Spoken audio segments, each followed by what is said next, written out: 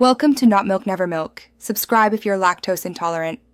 You start by signing in and adding your monthly income so you can allocate dollars to envelopes right away.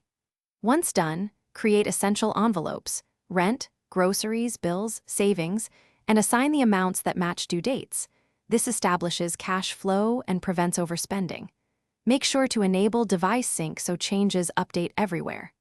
Then enter one opening balance transaction to reflect current checking account funds. Because Goodbudget tracks envelopes versus account balances rather than pulling live bank totals. Next, allocate your income across envelopes, prioritizing fixed costs first and discretionary spending second. That way necessities are covered before extras. Record expenses as you spend, tag the envelope, add a memo, and choose split transactions when purchases touch multiple categories. Once scheduled transactions are set for rent or paychecks, Goodbudget auto-applies them.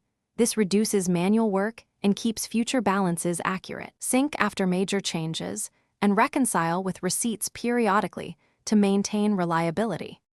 To finish, review the monthly reports to see where dollars flowed and which envelopes ran low, then adjust allocations for the next month to correct overspending or boost savings. Make transfers between envelopes when priorities change, and export CSV if you need an external audit. If you hit sync conflicts, pause, reconcile envelope transactions locally, then force a resync. If balances still mismatch, export your data and restore from the last known good state, or contact Goodbudget support for account-specific recovery.